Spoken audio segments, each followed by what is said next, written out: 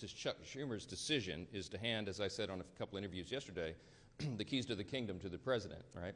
He has put himself in that situation, and it's completely unnecessary. The president takes no pleasure in this. The president did not want a shutdown. I'm telling you this from my own testimony. I was in the Oval Office. He pleaded with Chuck Schumer and Hakeem Jeffries to do the right thing. Keep the government open. We'll talk about all these other issues later because that's how the process works.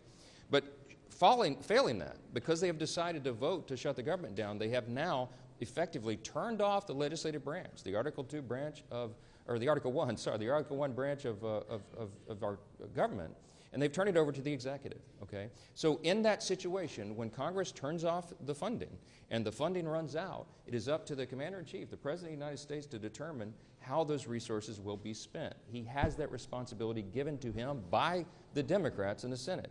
They can't complain about it, and he doesn't want to do it. But in this scenario, what they have to do is make very difficult decisions.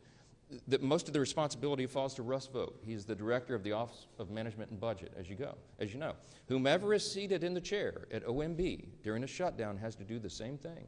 Russ does this reluctantly. We had a 45-minute telephone conference with him yesterday. He talked to all the House Republicans. He takes no pleasure in this because Russ has to sit down and decide, because he's in charge of that office, which policies, personnel, and which programs are essential and which are not.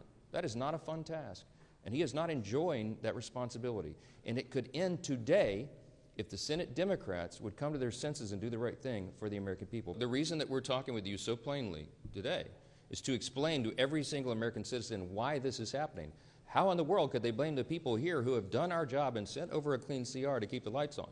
There is no gimmick. People say, why aren't you negotiating with Schumer and Jeffries? Because I quite literally have nothing to negotiate. There's nothing I can pull out of the bill that was a Republican priority to say, oh, we won't do that. Why don't you guys vote for it now? I don't have anything. I didn't put anything in it to send it over. I'm stunned. I'm stunned that they have decided to shut the government down and hurt people.